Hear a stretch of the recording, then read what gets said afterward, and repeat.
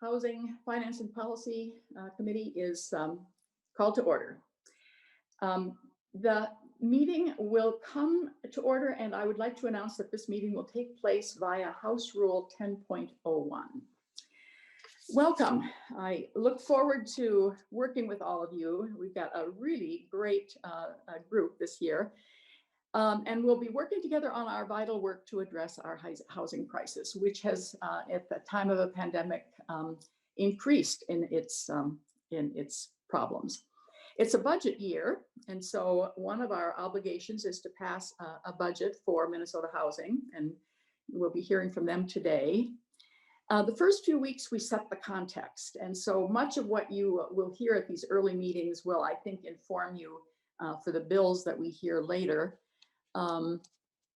You'll learn about the agency and all of the governmental and nonprofit efforts that are ongoing. We have amazing partners in this work.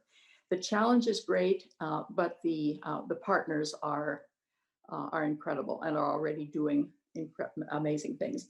Owen Worth, who's our committee administrator, has sent you an email with attachments for our meeting today. It shows our budget for this past biennium and a PowerPoint that the commissioner will take us through. And as we call the roll today, we'll be asking each of you to just briefly introduce yourself, perhaps the district where you serve, or anything else you would like to say. Staff, we have staff here, and I don't know if somebody can focus but we'd like Chelsea Griffin, who is new to House Research, introduce yourself. Thank you, Madam Chair and members. My name is Chelsea Griffin. I am a legislative analyst with House Research. I'm a new face for many of you. I started with House Research at the end of October to replace Deb Dyson, who retired in December.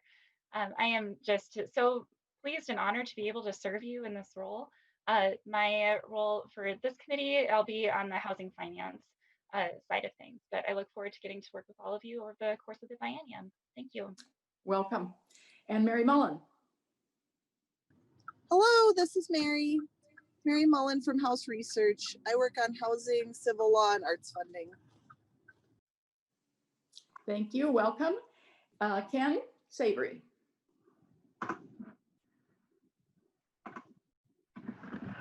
Good morning, Chair and members. My name is Ken Savory. I'm the fiscal analyst for the Housing Committee this year. This is my third session covering the housing area, and I also cover agriculture and higher education. Looking forward to working with all of you. Thank you very much. Welcome. Harry Miracle. Good morning. Thank you, Madam Chair. Harry Miracle, House GOP Research Consultant. I also cover the Agriculture and Capital Investment Committees. 7th year at the Capitol and the 3rd year covering housing. Welcome. Jennifer Nelson.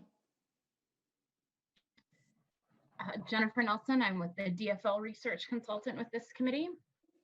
I also cover bonding and transportation. It's my 3rd year here, my 2nd on housing. Welcome, Blake Wilcox. Hi there, Blake Wilcox, Committee Legislative Assistant for Housing. It's my 3rd year here at the House, 3rd with housing, and 3rd with both the chair and vice chair as my members. Happy to see a lot of returning faces. And I'm very happy that both Blake Wilcox and Owen Worth have returned. Owen Worth.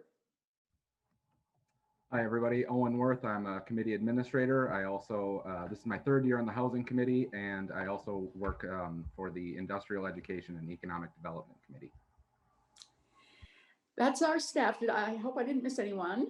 And then, when Mr. Wilcox, the clerk will now take the roll. And when Mr. Wilcox speaks your name, just briefly introduce yourself to the committee. Mr. Wilcox. All right, Chair Alice Hausman. I live in St. Paul, but I'm mostly a suburban legislator now. A couple of neighborhoods in St. Paul and the cities of Falcon Heights, Lauderdale, and most of Roseville. If you've been to the state fair, you've been in my district, and I so look forward to working with this group. I know there's some good bills being brought forward, and we'll look forward to good conversation. All right. Vice Chair Michael Howard. Hi there. My name's Michael Howard. I represent District 50A. That's a good chunk of Richfield and East Bloomington. This is my second term serving as vice chair of this committee. It's work that I'm so passionate about, in part because it's connected to just about every other issue we talk about here at the Capitol, and just excited to get to work because there's so much to do. All right, Representative Tama Tice. Good morning. My name is Tama Tice. I'm in St. Cloud. Well, not right now, but I represent the west and south part of St. Cloud, Wade Park, St. Augusta. My husband and I had been in building and remodeling for 30 years, and now we're in home inspections. And we also have 5 single family homes that we rent out. So a little bit of hands into this area. And Representative Tice is our Republican lead on the committee. Representative Esther Agbaje. Hi, good morning, everyone. My name is Esther Agbaje. I am the representative for House District 59B. It's an area that covers Minneapolis as well as parts of North Minneapolis. And I'm really excited to be on this committee. I've done some work as a pro bono attorney and a student attorney for landlord-tenant rights. And I'm just really interested in making sure that we are promoting housing for everyone. Thank you. Representative Matt Bliss. Hi, Representative Bliss, representing the Bemidji, Walker, Hackensack area. This is my second non-consecutive term. I took a 2-year vacation. Back in the House again, looking forward to learning a little bit more about the housing. Small business owner, and yeah, looking forward to learning some. Representative Aisha Gomez. Good morning, Aisha Gomez. I represent District 62B, which is part of South Minneapolis, kind of focused around the Lake and Chicago area. I'm also the chair of the newly created Preventing Homelessness Division, which was human services, but there's a lot of crossover there. So, you know, I think that housing is, it's like when people don't have a place, a safe and affordable place to lay their head, it's really hard for folks to make the other parts of their lives work. And so, you know, I'm really excited to dig into this work with you. I think that, you know, housing is just this like foundational good that all people need. And I believe that housing is a human right, and that, you know, if we don't ensure that folks are stably in a lot of other ways. So looking forward to the work with you all. Thank you. All right, Representative Hodan Hassan.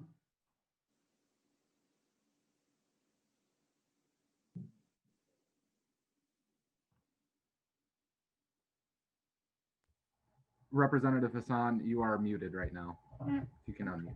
That would help, wouldn't it?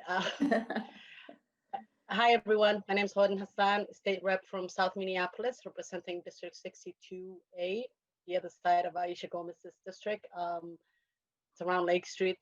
I don't know how many people know Minneapolis, so I'll just leave it there.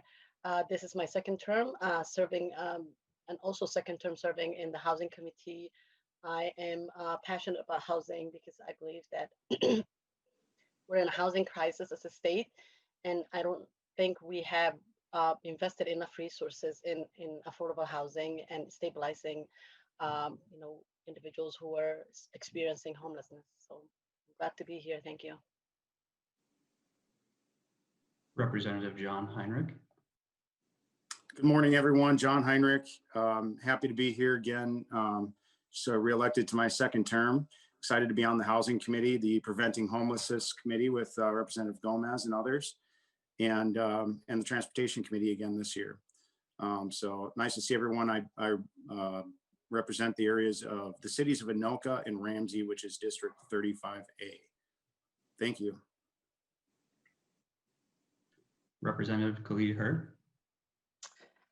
Good morning, everybody. And thank you, Blake. You're the only one who says my first name correctly.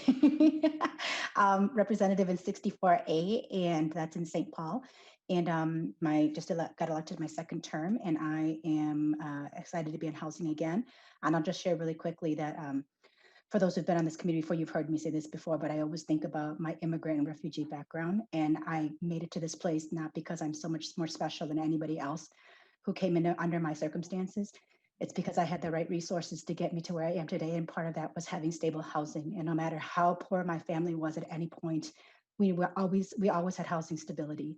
And the assets that we were able to generate from that led us to the rest of our ability to secure credit for everything else that we needed to do for the rest of my parents' lives and how that impacted our lives. And so I want to be here to be able to give everyone else that same opportunity, because housing matters, whether it's closing the education gap or the health gap or the income and wealth gap. That housing is at the core of that. So it's really important to me to be a part of this, and I'm looking forward to serving with all of you. Representative Tony Jurgens. Thank you, Blake. And Madam Chair, it's great to see you again, even though it's just virtually. That's what we have to work with this year. I'm Tony Jurgens in my third term, and I represent from District 54B, which is Cottage Grove, Afton, Hastings, Integer Township, and Denmark Township, and my second term on the Housing Committee, and I'm looking forward to another year. Representative Liz Olson. Good morning, everybody. Good to see you. And I'm Liz Olson. I represent District 7B, which is the central and west parts of Duluth. This is my third term and my first time on the Housing Committee, and I'm very excited to be doing this work. I actually kind of got my start in legislative advocacy when I worked at a homeless shelter in Duluth, and we did a lot of work around the continuum of housing from shelter all the way up. So I'm glad to be back in this work. I care deeply about it and look forward to doing good things. All right. Representative Brian Farr. Good morning, Brian Farr, newly elected to the House. I'm from House District 20A, which is the western side of Lesueur County and the southern tier of townships in Scott County. Happy to be here. All right, and Representative Liz Ryer. Hello, happy to be here. I represent House District 51B, which is the east side of Eagan. This is my first term. I'm really happy to be on this committee. I've been a beneficiary of programs from housing organizations at various time in my life, and also I'm pleased to be serving on the Preventing Homelessness group. Thank you. All right. The quorum is present. And everybody is present and a quorum is present. Yep. Thank you.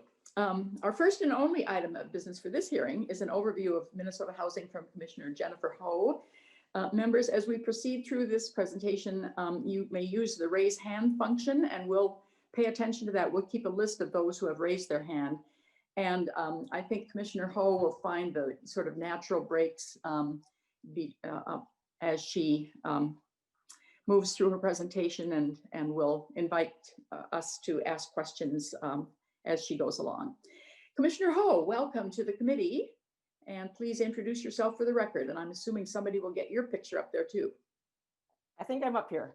There you are. I, Chair Houseman and members of this amazing committee, very excited to be with you, as it were, today.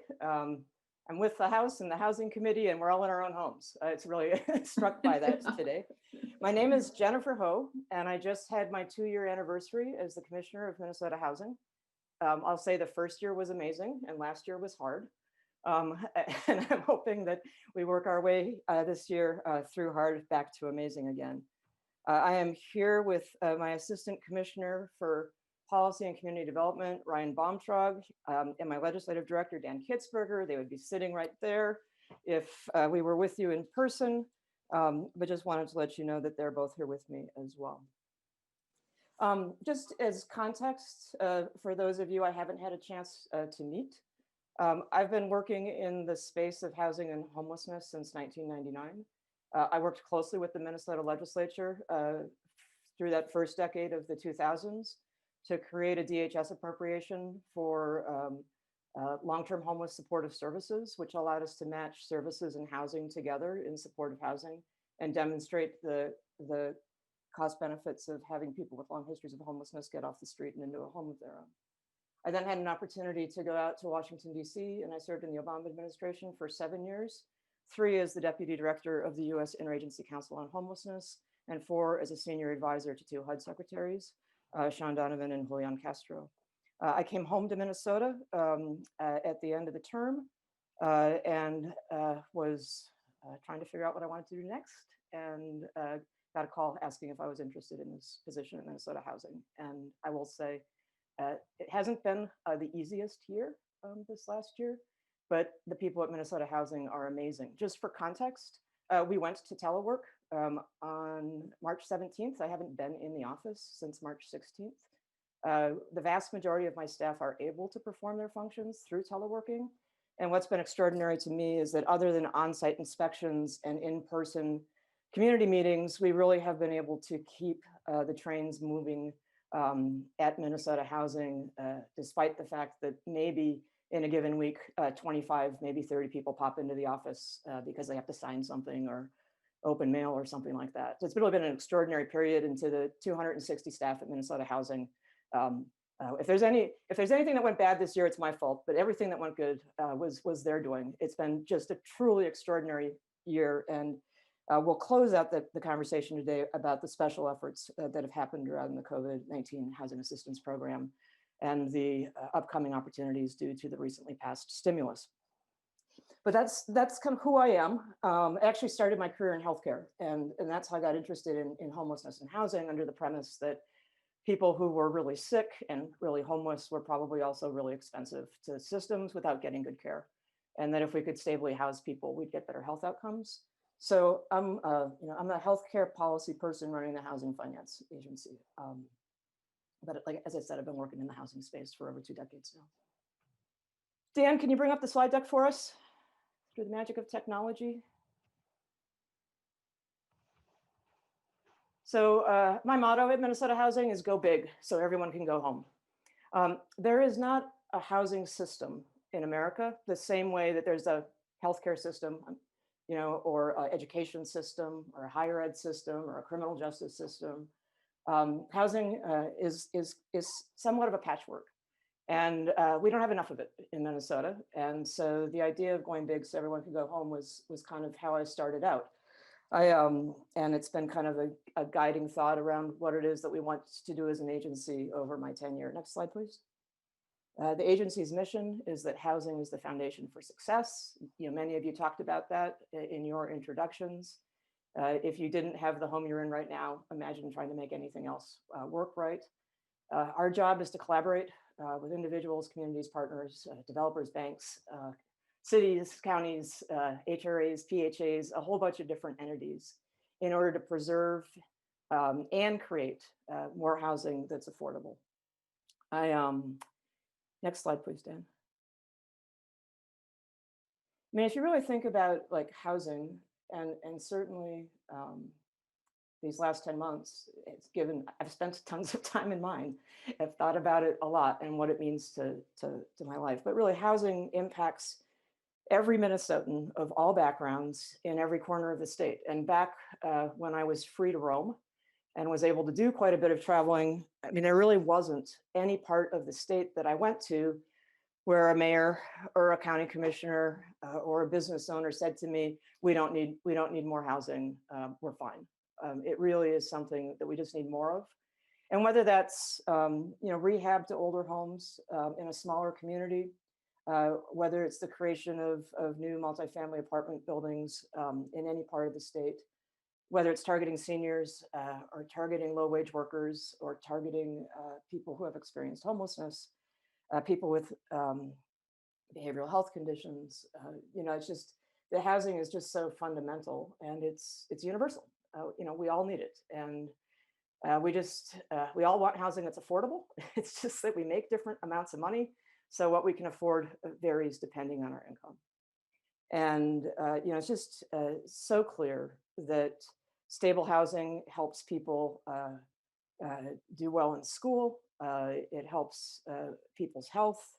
It helps people show up reliably to work. It's just so a part of our lives. Next slide, Dan. Minnesota Housing was created by the legislature in 1971. So this May, we turned 50. We're kind of unique. somewhat like the Met Council, in that we have an independent board of directors. It's a 7-member board, including the state auditor, and then 6 members who are appointed by the governor. It's a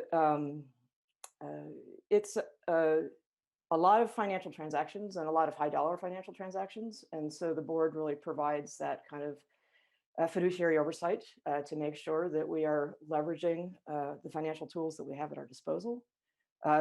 We get an independent financial audit, and we're rated by Standard & Poor's and Moody's.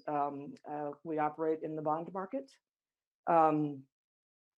We do not use any of the precious state appropriated dollars for our internal agency operating costs. So we're completely self-funded in that regard. Of the total dollars that we move over the course of a year, our state appropriations are between 7 and 10% of what we move through the agency. So we're somewhat unique in our setup. I like to think of us as kind of the state's housing bank. That's probably an oversimplification, but it serves my simple thinking well. So next slide, please, Dan. We do RFPs. We have various forms of funding that are made available in different ways that really go out into the community through lenders, through developers, service providers, in order to meet the housing needs of Minnesotans. So unlike, for example, a public housing authority in your community, we don't actually build, own, or operate any housing ourselves, but we facilitate the creation and preservation of housing, both single family, multifamily. More recently, increased work around manufactured home communities, just all forms of housing, as well as homelessness prevention work. Next slide, please. The dots on this map just give a sense of the fact that the work that we do covers the whole state. In the last 3 years, the competitive resources that we've put out have been almost exactly 50-50, Metro and Greater Minnesota. I think our programs all demonstrate great results, but they're just not operating at the scale that they needed to operate. So we're always interested in looking for ways to make more financing available in order to preserve more homes, create more homes, help more people get into homeownership. I think that Dan and Ryan will be preparing kind of a more blow up map for each of you in your district so that you can see how this looks without trying to take a microscope to these small dots for the part of the state that you represent. Maybe I'll just pause there to see if there's just any general questions about who we are before I start talking about kind of what the pandemic's impact on housing has been. Owen, do we have any questions yet? There are no questions in the queue at this time. Okay. Thanks, Owen, and it's nice to see you too, by the way. I think it's important to appreciate that before COVID hit, we were dealing with a shortage of housing that dates back to the housing crisis of 2007 and 2008. The housing production slowed when the housing market crashed, but the number of households in Minnesota continued to grow. That's new household formation when teenagers leave home, when new people come into the state, there's just constantly new household formation. And so the number of homes and the number of households got out of whack. And so going back into the Dayton administration, there was a lot of work done to really identify, how we needed to beef up production and preservation, especially for housing for people at lower income levels. Because what was happening is with the shortage, it's just a basic supply and demand challenge. If there's not enough housing, there's a high demand for housing, the price of housing will keep going up.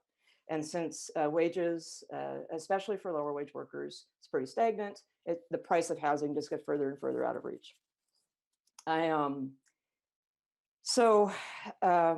Then when the pandemic came, it just even for folks that maybe hadn't thought a lot about how important it was to have a home, having a home and staying there became kind of the #1 public health response to a pandemic. I suspect many of you, like me, have spent just an awful lot of time in your own home for the last 10 months, and just how grateful I am every day to have this home. I've got this great home office that was already set up because I had done some consulting before I became the commissioner. It was easy for me to transition to teleworking, but the importance of home was just something that really stood out. At the same time, with its impact on the economy, in addition to its impact on health, its disproportionate income on lower wage workers and what we've come to understand as essential workers, people's housing instability and their uncertainty regarding their housing has only grown. There have been a lot of federal and state actions that have prevented the worst case scenario, the avalanche of evictions that the New York Times had predicted. Originally, the initial federal stimulus check, the $600 a week bump up to unemployment insurance, that ended at the end of July. Then there was a very temporary $300 a week bump up. Now, with the recently passed second stimulus, we'll have another stimulus payment to some households, and again, a temporary bump up to unemployment insurance. Those things really seemed to make a difference in terms of people's ability to pay their rent. There was also protection for homeowners who couldn't pay if they had a federally backed mortgage. You could get forbearance, which just means that you don't have to pay your mortgage for up to a year, and you're not considered behind. It's just kind of hitting the pause button. As we approached the end of the year, a lot of these protections and things were uncertain. Now we have a little bit more certainty with the passage of the federal stimulus bill, but even then, things like the federal evictions moratorium is time limited for now. I think people are waiting to see what the next administration does. And the governor has also maintained his evictions moratorium over the course of the pandemic. Its timing being tied to the timeline of the stay-at-home or the peacetime state of emergency. So it's been a rough time, and we've heard from so many Minnesotans just about the enormous emotional stress of not being able to pay their bills. As Matthew Desmond, the author, so eloquently put it, the rent eats first. So it might be that you managed to pay your rent, but you got behind on utilities or other things. And so helping people navigate their way through it has just really been important, and not having 100,000 evictions in the middle of pandemic has been really important to public health. So here we are in January of 2021. So let me just talk a little bit about what we're thinking about. You can click forward too, Dan. Thank you. Over time, the number of people who have been unable to pay their rent has increased. Again, with the loss of the initial $600 a week bump up, we saw the impact of that. There are surveys, and 200,000 renting households in Minnesota don't have confidence in their ability to make their next housing payment. That's a lot of people that are dealing with that stress. Just a couple facts. People who make the least pay the highest percentage of their income on rent. That should come as no surprise. It's just kind of basic math. But there really are an awful lot of Minnesotans who are what we call severely cost burdened and who pay more than 50% of their income on rent. If you make a lot of money, that's not so much of a problem because you have lots of other money to pay for food and clothing and other things that you do. But if you don't make a lot of money, there's not much left. The public sector tends not to build housing aimed at people who make the very least, unless there are financial incentives for doing so, which is part of the role of state housing finance agencies across the country. Because we have first-time people, would you just say, describe 30% AMI?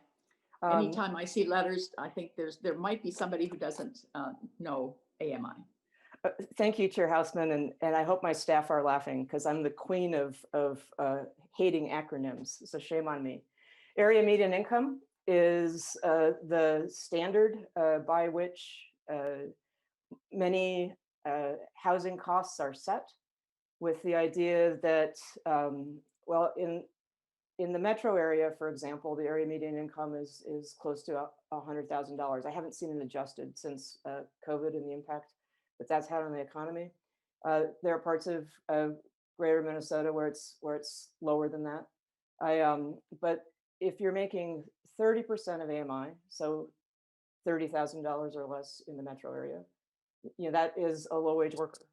That's one worker at $15 an hour. That's two workers at minimum wage, full time. And when we look at setting the rents in housing that use federal or state tools, we oftentimes look at housing that's targeted at people at either 30% of area median, 50% of area median, 60% of area median, or 80% of area median. It's usually the kind of different gradations at where different programs are targeted. But the fact of the matter is that there's just not enough housing for the many households who are lower wage workers, and then vacancy rates, even it seems they've moved a little since the pandemic, but vacancy rates are still very low, which means that it's a renter's market. I mean, it's a landlord's market, not a renter's market, and it keeps driving the price of rental units up. It'll be interesting actually to see as 2021 plays its way out, what the impact of COVID will be on the overall rental market, because there's a lot of speculation about whether downtowns will ever look the same during the day, whether everybody's going back to work or not, where people choose to live if a lot of people continue to work in their current homes, but I won't pretend to have a crystal ball on that. And then, there's other things just in people's history that can really stack up against them being able to compete in the rental market. Just the income to rent ratio, people's credit backgrounds. In Minnesota, just having somebody file for an eviction, even if the court doesn't rule in the landlord's favor, the eviction stays on your record. And so it really, these things can follow you around for a long time. And then we also know that Black, Indigenous, and other households of color are more likely to be overcrowded, which means that you just have a lot more people living in a home than the home was designed to hold. And again, paying a higher percentage of their income on housing. Let's go forward one more, Dan. When we take a look at homeowners and homeownership, as with renters behind on their rent payments, we have homeowners that are in forbearance or are behind on their mortgage payments. 100,000 homeowners reported in that same survey that they had no or very little confidence in their ability to make their next mortgage payment. So this is hitting renters and homeowners alike. We are not in Minnesota building enough single family homes. And if anybody has ever tried to get into the homeownership market, there is not a lot at the modest end of the market in terms of cost. A balanced market is considered when you have the equivalent of 5 months worth of home sales available on the market at any given time. We haven't been at that level for a long time. And so people know stories of homes that sell in the first 24, 48 hours that they go on the market. The demand, again, is just higher than the supply. As a result, basic law of supply and demand, home values have continued to go up every year since 2011, when we kind of got out of the worst of the housing crisis. And the state of Minnesota has the dubious distinction of being the 4th worst in terms of the homeownership gap between white households and Black households specifically. White households are 77% homeownership rates. Black households in Minnesota is only 25%. The national average for African Americans is in the 40s. So, and that is the result of kind of historic policy on housing, who was eligible for which housing assistance when, who was allowed to live in which neighborhoods when, and kind of the accumulation of that history of discrimination in the housing market. We also have been doing a lot of work around people experiencing homelessness. You know, one of the street outreach workers in Minneapolis said to me back in March, when everything stopped, that it was kind of like musical chairs, and everybody who was living outside just stopped and sat down. You know, we had been moving hundreds of people back and forth on light rail every night. People used to, you know, hang out in public buildings or in coffee shops. Those closed. And so suddenly a problem that has been growing and been with us for quite some time was suddenly really, really, really visible. And to the representatives down around Lake Street, I know that that became just a huge area of concern when the protests and the unrest happened in May and June. So it's been a very visible issue. It has been a growing issue in terms of number of people who literally live outside. We do have over 10,000 Minnesotans who experience homelessness on any given night. It's gone up since 2015. You know, the vast majority of them are in a shelter or a transitional housing setting, but an increased percentage of them are outside. And then we see really a huge representation of Black, Indigenous, and people of color sleeping outside. It's hugely disproportionate for our Native American population. So I could pause there if people just have questions about the environment that we're in. Mr. Worth, do we have any questions in the chat room yet? We have two members with questions. First, Representative Howard, and then Representative Hassan. Representative Howard. Thank you, Madam Chair, and thank you, Commissioner. First, I just want to thank you and your staff for your amazing work to pull together in short order a statewide housing assistance program in the middle of a pandemic. And I'm wondering if you would comment on the usage of that program in just a few short months.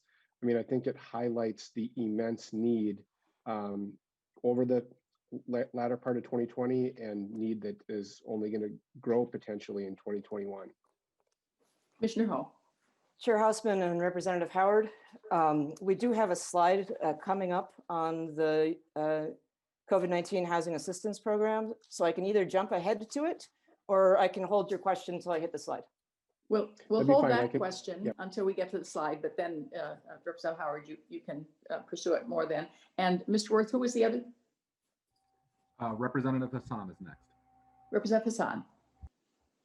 Thank you, Madam Chair. Thank you, Commissioner, for this informative presentation. If coronavirus and this pandemic has taught us anything, it has taught us the need for every single Minnesotan to have a safe place to call home. And I represent the parts of Lake Street. So I see this problem, you know, in my face every day. People, you know, parts of our community sleeping outside in this cold weather, in the rainy weather, in the heat. And I know that there's a lot of work that you and your team has done, but that's not my question. My question is, I was doing some numbers about the Minnesota Housing Finance Agency, and I don't know, correct me if I'm wrong. I looked at how much, you know, what percentage of your, you know, resources go into home ownership, and I believe it's 4%.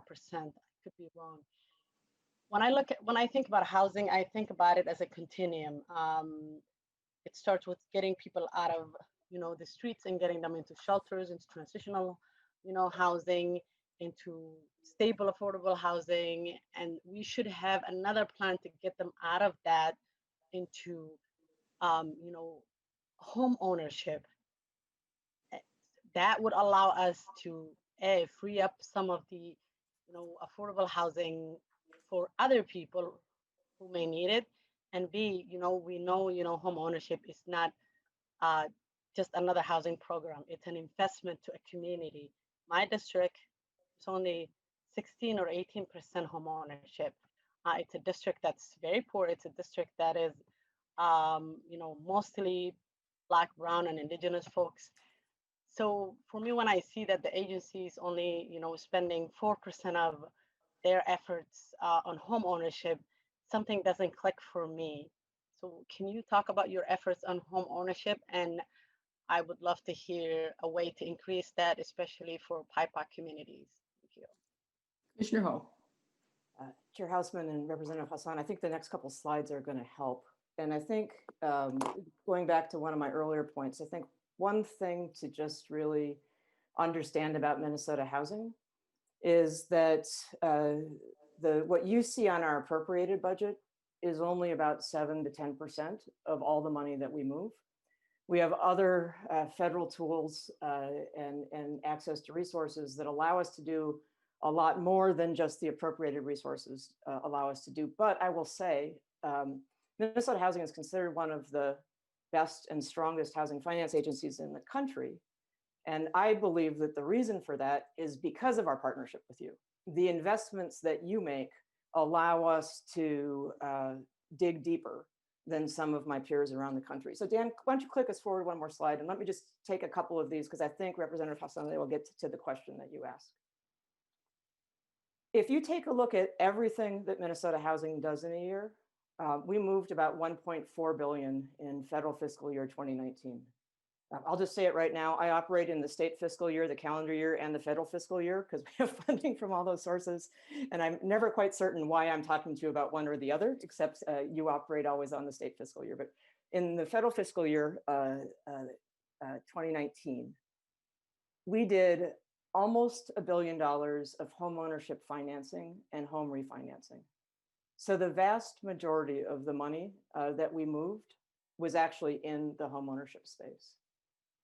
We did a small amount of homebuyer education and counseling, home improvement lending, single family development, a pretty substantial chunk of rental production and rehab. We administer some project-based HUD Section 8, which is project-based rental assistance, oftentimes in various forms of senior housing or other multifamily housing across the state.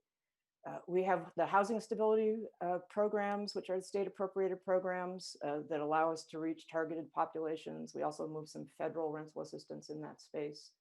And then just some other things that we do around disaster recovery, manufactured home relocation, trust fund, technical assistance, and operating support to organizations. So when you take a look at our total financials, you'll see that the vast majority of what we do, 2/3 of what we do is in the homeownership space. Dan, next slide. This just converts it to people. Over 5,000 mortgages for homeowners, 20,000 families that did home buyer education and counseling. And then the production programs are smaller, and that's really just based on limited resources. But in 2019, over 68,000 households across Minnesota that are helped by these programs. Next slide, please. And we too view housing as a continuum with homeownership as a destination for many, not all, but for many. And so helping renters who make enough money to own a home get into homeownership, helping people avoid homelessness and people who are experiencing homelessness get off the streets and into housing. The whole continuum comes into play as we think about our role and what we do. Next slide, please. So let me just walk you specifically then through the appropriations. Next slide, please. This slide was kind of designed to make you laugh. I got a laugh out of Commissioner Showalter at MMB when I used it in my budget presentation this year. But when you take a look at the states, all the states' appropriations, Minnesota housing is 0.3% of all state appropriations. So we're that little slice in terms of it. So they're small relative to the entire state budget, but they're extremely critical because they help us serve lowest income Minnesotans. Again, the state appropriations are only about 7 to 10% of our total annual budget. We're able to access capital markets and use federal tools to help capitalize both the single family mortgage market and the multifamily production and preservation. And again, it's what allows us to also be self-funded in terms of our administrative costs, in terms of earnings that the agency gets on bonding and mortgage payments. Again, like we're kind of like a bank. Here's the detail of the appropriations, biennial appropriation, about 115 million for the biennium. And we view it as being in 5 different buckets. Homelessness prevention and housing stability is the vast majority of our state appropriated dollars. But very important are the programs that allow us to build more homes and preserve the homes we have. The legislature over the decades has created a number of specific line items for doing that. Supporting and strengthening homeownership opportunities is an important bucket. And then we also build and support organizational capacity for people who are doing this work. So it's 15 different state appropriation line items. They total up to about 115 million. I think I would highlight the Economic Development and Housing Challenge Program at 25.9 million. I would say that that is probably one of the most flexible tools that we have to support development and preservation, because it can be used in a lot of different contexts. There's also one specific program targeted exclusively to Greater Minnesota, the Greater Minnesota Workforce Development Program. So those are the line items that we have in our work with you. Next slide, please, Dan. I just wanted to pause for those of you who are returning members. Thank you for the bonding bill in October. That was extraordinary. I know it wasn't this committee per se, and it was certainly unexpected timing for a bonding bill. But Minnesota Housing was authorized the largest bonding for housing in the agency's history, including 100 million of housing infrastructure bonds, something that we can talk more about over time. But that's another tool that we have, and the legislature was very generous with those in October. And then the other is a public housing preservation general obligation bond. We got 16 million to do that. And we found out at the end of October about the bonding bill. We were in the middle of our annual consolidated request for proposals, the way that we match federal and state housing resources to developers that want to do new construction or preservation of both multifamily apartment buildings and single family homes. We were actually able, even though we just found out in October about the housing infrastructure bonds, we were able to match those two projects in the announcements that we made in December. Those December announcements totaled 195 million in Minnesota and partner investments, leveraging a total development cost of over $300 million to create and preserve almost 2,400 homes. But again, the resources are finite and scarce. And so for every 3 people who raise their hand and say, we'd like to do something in housing, we're only able to fund 1. Without housing infrastructure bonds, that number looks more like 4 to 1. So again, thank you. And I don't know where the bonding conversation will or won't go this session, but just say the agency and our partners can always put housing infrastructure bonds to good use. I The next few slides I've really just included as a reference for you if you want more detail on any of these line items in terms of what it does and who it serves. So our family homeless prevention program, the Housing Trust Fund, Bridges, Homework Starts with Home, just a little bit more detail on all those, but I didn't want to just kind of go into programmatic weeds today since it's a first meeting for me with many of you. I am at Preserve and Build More Rental Homes. Can you just a couple of things. You know, you'll hear the term NOAA. It's an acronym for Naturally Occurring Affordable Housing. That means that it's unregulated, unsubsidized housing that is just out there. Oftentimes it was built in the 50s or the 60s. It tends to be the lower rent housing in many communities. What we're seeing is that developers are snatching that stuff up and converting it to higher rent properties. I know Representative Howard had a lot of personal experience with that in Richfield. But this the concern around preserving rental housing that is affordable without assistance, so that doesn't all disappear. That's something that's really important. And then Dan, if you can click over to the homeownership one. I just also wanted to speak around, creating pathways to homeownership, because I know it's a high priority for many of you.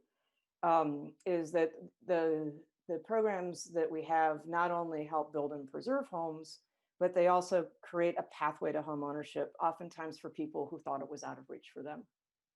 We know, for example, in Minnesota, there are 61,000 households of color who rent, who make enough money to pay a mortgage. If they can get assistance, they maybe just don't have that the cash to get in. So with down payment assistance, they're able to get into home ownership. That's a third of all renters at that income. So 180,000, 190,000 Minnesotans who rent, who actually have enough income to own. And so that pathway to homeownership is something that we are very, very, very focused on. And we work with a huge alliance of partners across the state that actually do that counseling, repair of credit, what to expect through the purchase process, how to maintain a home once you get into a home. Just all that training for folks who maybe they didn't come from families that own homes and they're the first person in their family line to become a homeowner. So that, I think, is just really important work to the agency as well. And now to my COVID-19 housing assistance program slide. I'm getting close to the end. So we were engaged in a conversation with the legislature in the regular session last year around using the coronavirus relief fund that came from the original federal stimulus package to do housing assistance. We weren't quite able to get that over the line together in May, but thanks for trying. And so the governor moved forward and allocated $100 million in partnership with the legislative commission. I always get that acronym wrong, to move $100 million into emergency housing assistance. This was an extraordinary challenge because the federal coronavirus relief fund dollars had a December 30th, 2020 expiration date. And we found out we could have $100 million in July. By the time it got approved by the legislature, we were able to get the program up and running by August 24th. But it really meant that we had, basically, September, October, November, and part of December to push out $100 million, which is, you think about it, our total state appropriation is $115 million over 2 years. This was pushing out $100 million over 4 months. We are so grateful to 211 United Way, which created a front door, a single front door for that program. You could call, you could go online, you could text to find out if you were eligible for the program. And then we had a network of 52 local administrators that actually worked with households. You could work with them in person, you could work with them by mail, you could work with them by phone, you could work with them on the internet to help process those requests for payment. We still didn't know at the beginning of December whether or not the Congress was going to extend the deadline from December 30th. So we made the decision to close the program on December 7th because we needed time to be able to process the claims that came in. The governor did a call to action for us. I think it was on December 1st. And in the last 7 days of the program, we got an additional 14,000 applications for around $35 million, which meant that based on requests, the program was fully subscribed. And Representative Howard, if you want the other numbers on this, I can either ask Dan and Ryan to pull them for us now or to get them to you later. All the claims still haven't been processed. But because the federal government did, and the president ultimately did sign the recent federal stimulus, it extended that 12/30 date into 2021.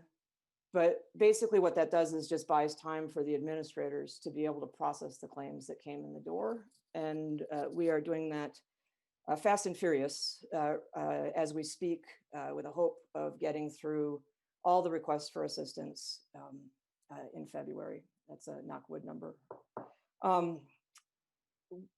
The program was available to households at 300% of federal poverty guidelines, a different standard for measuring how much people make. This is a federal standard, and a lot of the Department of Human Services programs use federal poverty as a standard instead of area median income.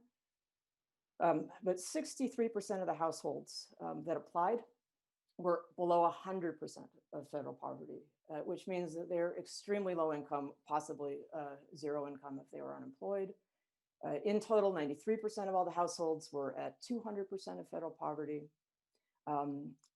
We just asked some questions in the application, and it taught us that 7% of applicants had previously been evicted.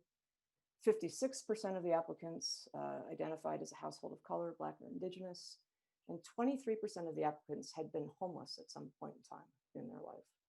So one of the goals of the program was to target it to households who needed it the most. And I would say our partners did just an extraordinary job of that based on these numbers. So just a lot of gratitude to 211 United Way, Housing Link, and 52 local administrators, as well as members on my team who literally worked without a weekend, many days without a meal or much sleep in order to get this done. I don't recommend that. It's not a great long-term strategy, but I think folks on my team appreciated how much pain people were in and how much need there was out there. And to get a brand new program up and running 5 weeks from the funding being approved so that it could play out in the remaining months of the calendar year was just nothing short of heroic.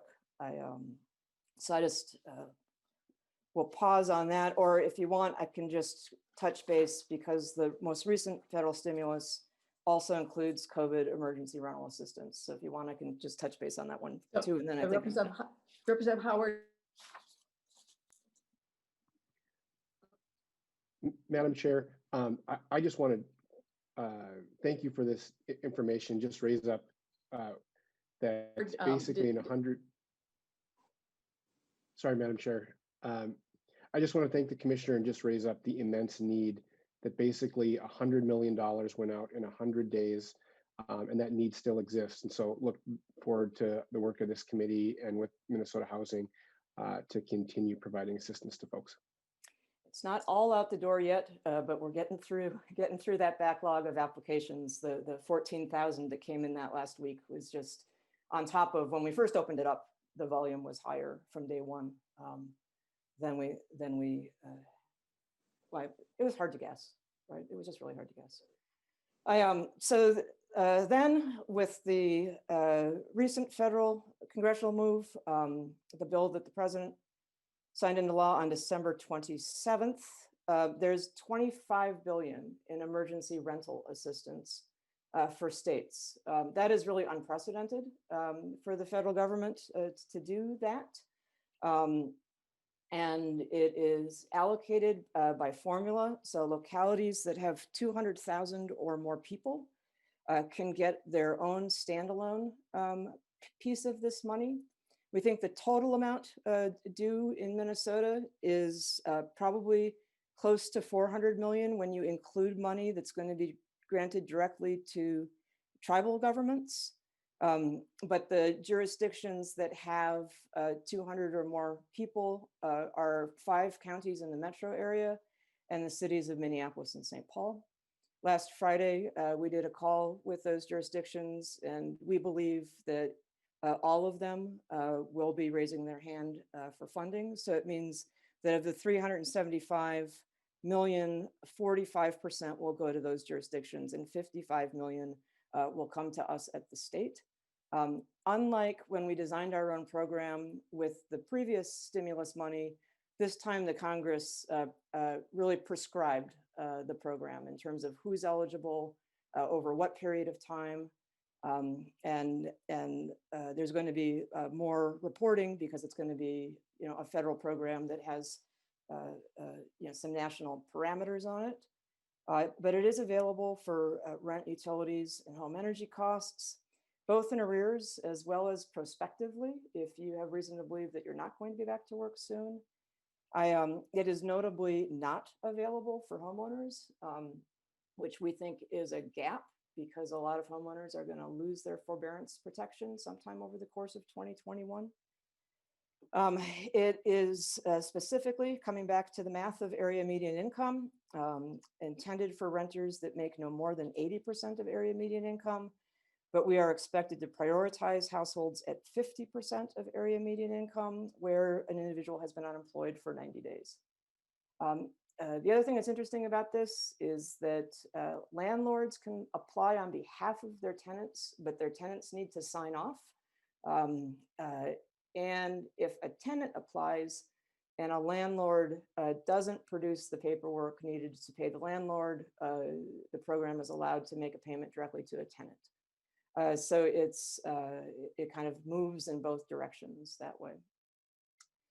Today, in fact, right when this is over, there's a deadline for states to say to the Treasury, we would like to do this. So that's something that is just moving really, really fast. And the other thing is because, doing 100 million in 4 months wasn't heroic enough. This 375 million needs to be expended 65% by the end of September. So imagine, we have to understand the rules of the new federal program, figure out how to get it stood up in coordination with the local jurisdictions and the tribes, and have it 65% obligated by the end of September. If you're not 65% obligated by the end of September, the federal government will take back money and give it to other people that are. So Minnesota has an interest in every entity that's eligible for this being able to get up and running quickly and to use it efficiently so that we don't give money to another state. I think that's the bottom line of it. There's still a lot. Treasury guidance on this just came out last week. So there's still probably more questions than answers in terms of how this is going to play out. But we have been tracking it ever since we saw that it was possible that it would be included in a federal stimulus. So with that, Madam Chair and members of the committee, that's my prepared remarks. I do always like to say that if you have hard questions, please give them to my legislative director, Dan Kitzberger, but I'd be happy to take all the easy ones. Just kidding. Mr. Worth, any hands up?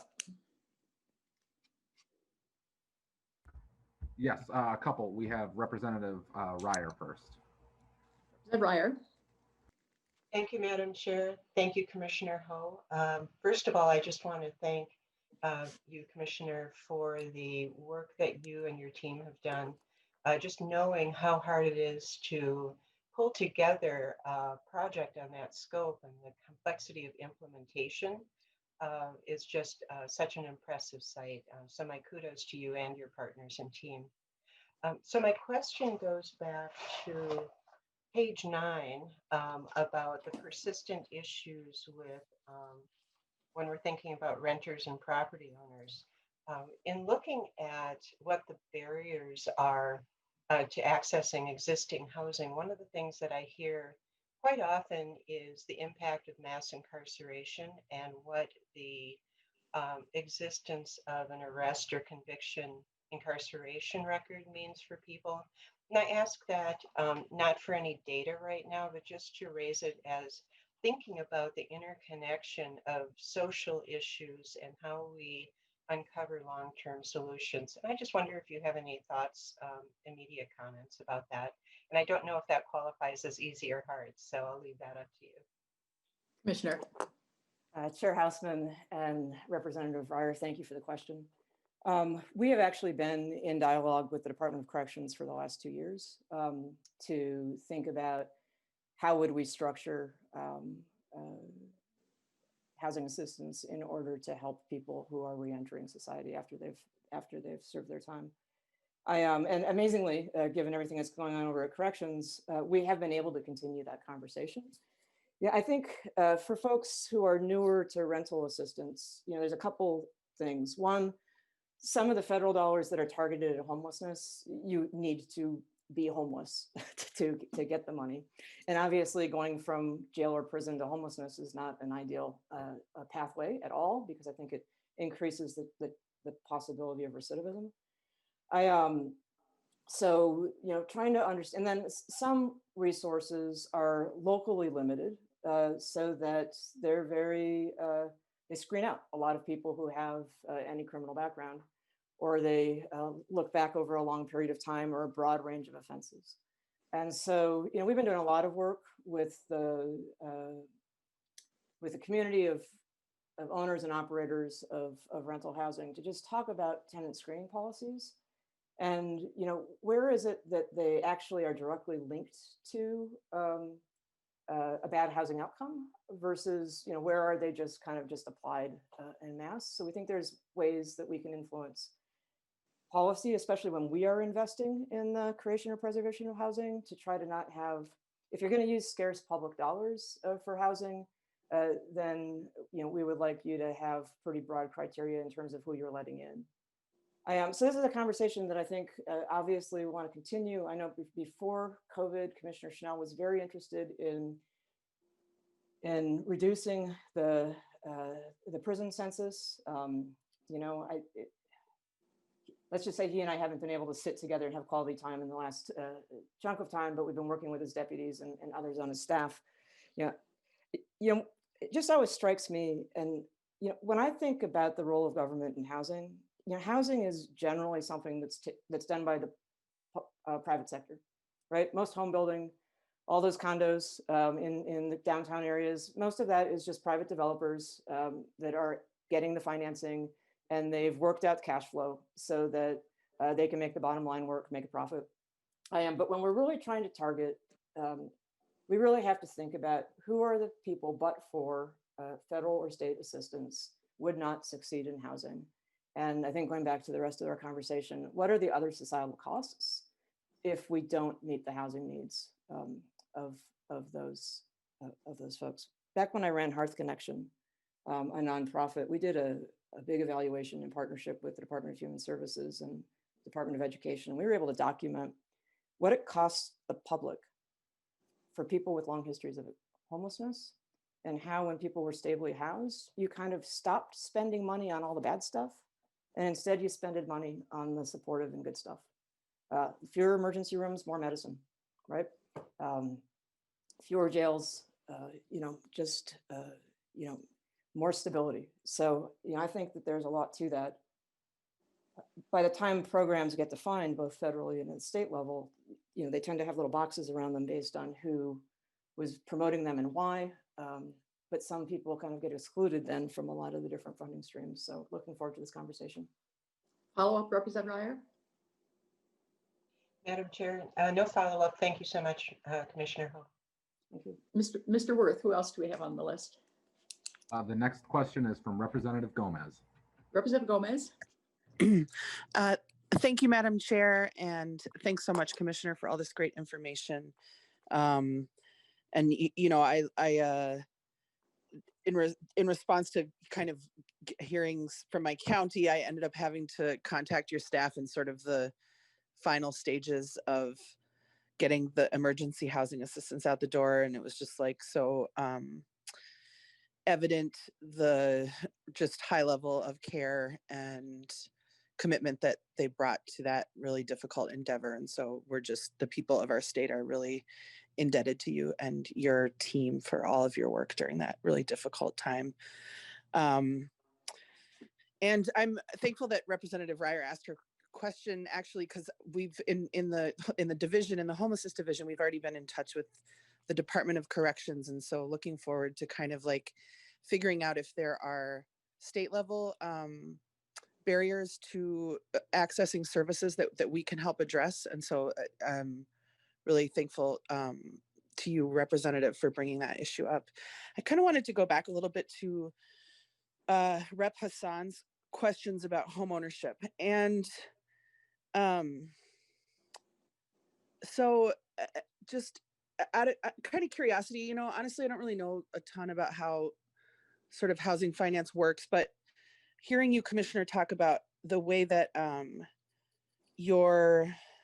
the sort of, you know, our finance agency in particular, that function, right, where we help to finance buying houses, is, you said it's you know, kind of highly regarded, like that we're one of the sort of people or the agencies in the country with the best reputation. And I'm wondering about sort of the interplay between like risk and mission and kind of, for lack of a better term, I'm sort of like thinking about it as like financial solvency or like financial reputation. So I guess I'm trying to get a handle on, to what extent are the like financial instruments that MHFA offers to people in Minnesota different from what they'd be able to access from a traditional financial institution? Like, are we properly balancing the financial risk with the mission of attempting to address what is the worst in the nation, racial homeownership gap? You know, because I think like if you maintain, I don't know how it's rated, right? But I think about like AAA bonding rating or whatever, like that means that you don't like, that you kind of are financially prudent, that you're really like relatively conservative with the investments that you make. And so I guess I'm wondering if you can speak to that kind of interplay and where you think we're at. And the reason that I'm asking is because, you know, I know that MHFA has been doing this for a number of years. And, you know, most of my work, I think in the previous term, was really in the tax space. And as we were, you know, I think a lot about how to help find investment in housing through the tax code. And as we were talking about that issue with the chair, it was kind of like, well, we don't really do housing policy in the tax code, was sort of the first thing that I heard. And then I started, you know, kind of digging into the mortgage interest deduction. And we do a lot of housing policy. And we have to acknowledge that when we do home ownership related policy in the way that we've been doing it over the last number of decades, that we are upholding and contributing to that deepest in the nation racial homeownership gap. And so I'm really looking for like kind of ways that we can think about how to interrogate our own good work and acknowledge that just continuing to do things the way we've been doing them for decades, even if they serve certain populations really well, which they do, because we have one of the highest overall homeownership rates in the country due to the high rate of homeownership in white communities. But, you know, if we continue to do that, then we are just implicitly upholding the same kind of system that's resulted in these outcomes for our communities. So any thoughts you have about those things, I would appreciate. Commissioner, we have about 15 minutes left. Chair Houseman and Representative Gomez, thank you for your comments and questions on this. My chief financial officer is holding his breath right now as I begin to talk to you about the deep workings of our finances. But we're looking at that all the time, right? I mean, as a lender, you know, you can't just lend without paying attention to things. But we also know that traditional lending that relies heavily on credit scores and things like that kind of carry with it other patterns in which people are disproportionately impacted. We have been sitting with the Department of Revenue and taking a look at how tax policy in Minnesota interplays with both home ownership and rental. Making ourselves, much smarter in terms of that side of the ledger, how things play. And, and I can boast about this because I didn't do it. Commissioner Tingerthal, who preceded me, put the agency on a course to demonstrate that with intentionality, it could increase its lending to households of color. And, we beat the private market lending, threefold in terms of our agency lending to households of color. We're now up over 34% of all of our home ownership mortgages that we do are going to households of color. But we're a small part of the total mortgage industry. So even if we were double that, which would be extraordinary to where the agency was 10 years ago, I don't think it would move the needle on that factor. So how does the whole mortgage industry, get moved, I think is really important. One of the things that was just astonishing to me last spring as everything was shutting down is that our home ownership production just kept going. We've had another record-breaking year in terms of the number of mortgages, over 5,000 households, and again, 34, upwards of 34 and a percentage point going to households of color. We do that because, like I said, we're a bank. So when you pay back a mortgage to Minnesota Housing, you're investing in the next home buyer getting down payment assistance and closing costs. So it's a positive reinforcing financial cycle. We tell our lending community that when they lend with a Minnesota Housing project, they're lending a mortgage with a mission. And really kind of making it possible by when we get repaid to be able to push that money back into another homeowner. I think the things that I would take a look at are our work on home ownership, education and counseling, just really, really, really helping people understand the pathway. I don't know about you all, but the scariest day of my life was when I signed a 30-year mortgage. That pile of paperwork was so intimidating. I had never committed to anything for 30 years in my life before.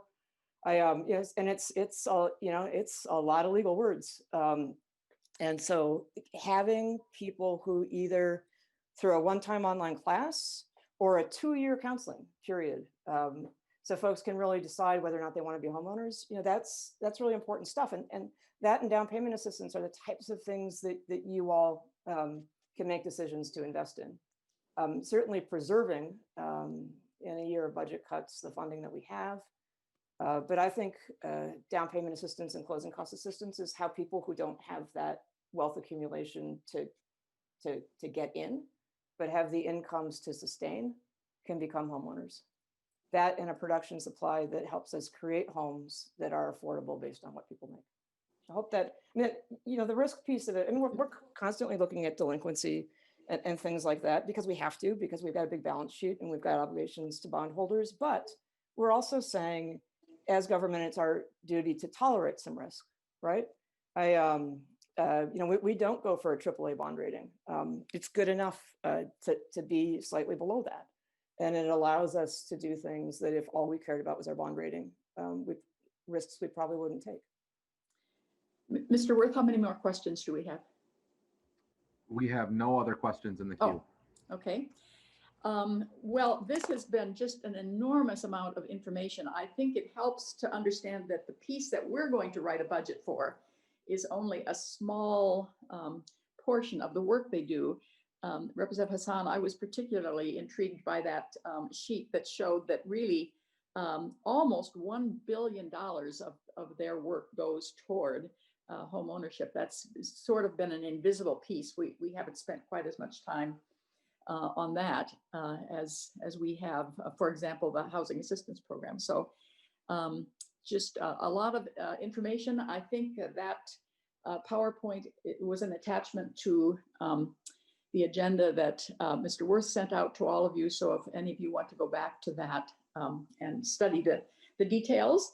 On Thursday, we will have Homes for All and a couple of other nonprofits who will begin to, within this context, set the agenda on a variety of policy issues that we'll be talking about this year.